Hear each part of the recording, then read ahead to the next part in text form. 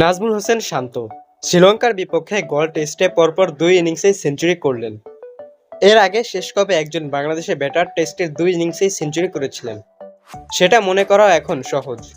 ২০২৩ সালে আফগানিস্তানের বিপক্ষে চট্টগ্রামে এই বিরল কীর্তি গড়েছিলেন শান্তই। প্রথম ইনিংসে ১৪৬ আর দ্বিতীয় ইনিংসে ১২৪ রান। এর আগে এই রেকর্ড ছিল কেবল মুমিনুল হকের। ২০১৮ সালে চট্টগ্রামে শ্রীলঙ্কার বিপক্ষে ১৭৬ আর ১০৫ রান করেছিলেন তিনি।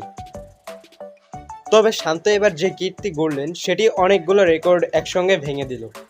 প্রথম বাংলাদেশি হিসেবে ২ বার টেস্টের ২ ইনিংসে সেঞ্চুরি করলেন তিনি। এছাড়াও প্রথম অধিনায়ক হিসেবে টেস্টের ২ ইনিংসে সেঞ্চুরি করেছেন। দেশের বাইরে প্রথম বাংলাদেশি ব্যাটার যিনি ২ ইনিংসেই সেঞ্চুরি করলেন। গলের প্রথম টেস্টের পঞ্চম দিনে লাঞ্চের আগেই করেন ৮৯ রান। বৃষ্টির পর ফেরেন মাঠে আর ২২ বল খেলে পরিণত করেন শতকে। তার টেস্ট ক্যারিয়ারে এটি সপ্তম সেঞ্চুরি। এই সেঞ্চুরিতে পেছনে ফেলেছেন মোহাম্মদ আশরাফুলকে। বাংলাদেশের হয়ে এখন তিনি টেস্টে চতুর্থ সর্বোচ্চ সেঞ্চুরির মালিক। এছাড়া অধিনায়ক হিসেবে এটি তার তৃতীয় সেঞ্চুরি। এই দিক থেকে শুধু মুশফিকুর রহিম তার উপরে আছেন, যার রয়েছে ৪টি সেঞ্চুরি। মুমিনুল, আশরাফুল আর হাবিবুল বাশার সবারই অধিনায়ক হিসেবে রয়েছে ২টি করে সেঞ্চুরি।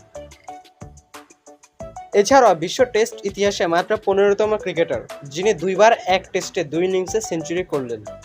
এই তালিকায় তার উপরে রয়েছেন ৩ কিংবদন্তি ডেভিড ওয়ার্নার, রিকি পন্টিং আর সুনীল গাভাস্কার, যারা ৩ বার করে এই কীর্তি গড়েছেন।